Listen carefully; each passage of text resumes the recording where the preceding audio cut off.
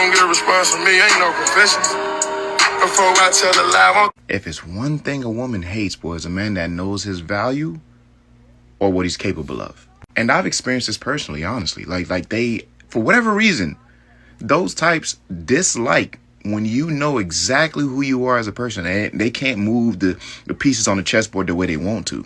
Deep down, they know that you can go right back out to the dating market if they decide to leave and get another one of them or better in a heartbeat. And that alone makes you super attractive, but also very difficult to deal with because they can't manipulate you. You're either too smart to manipulate, you're too attractive to walk away from, you're too paid for them to call you broke. They hate it. There's no leverage. And they're like, bro, why is this nigga so well equipped?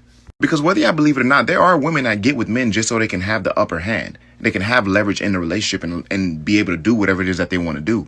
But when you come in and you got all infinity stones, boy, they hate you.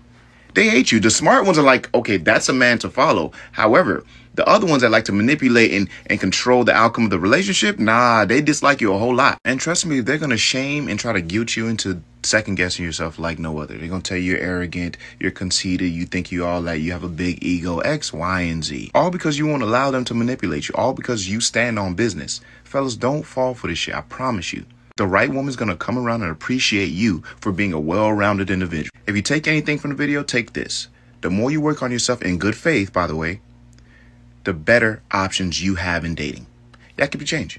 Salut mon frère, j'espère que tu vas bien. Je ne sais pas si tu sais, mais en général, on dit que lorsqu'on demande une manifestation, après, il faut la discipline pour la retenir, la discipline pour l'entretenir et la conserver.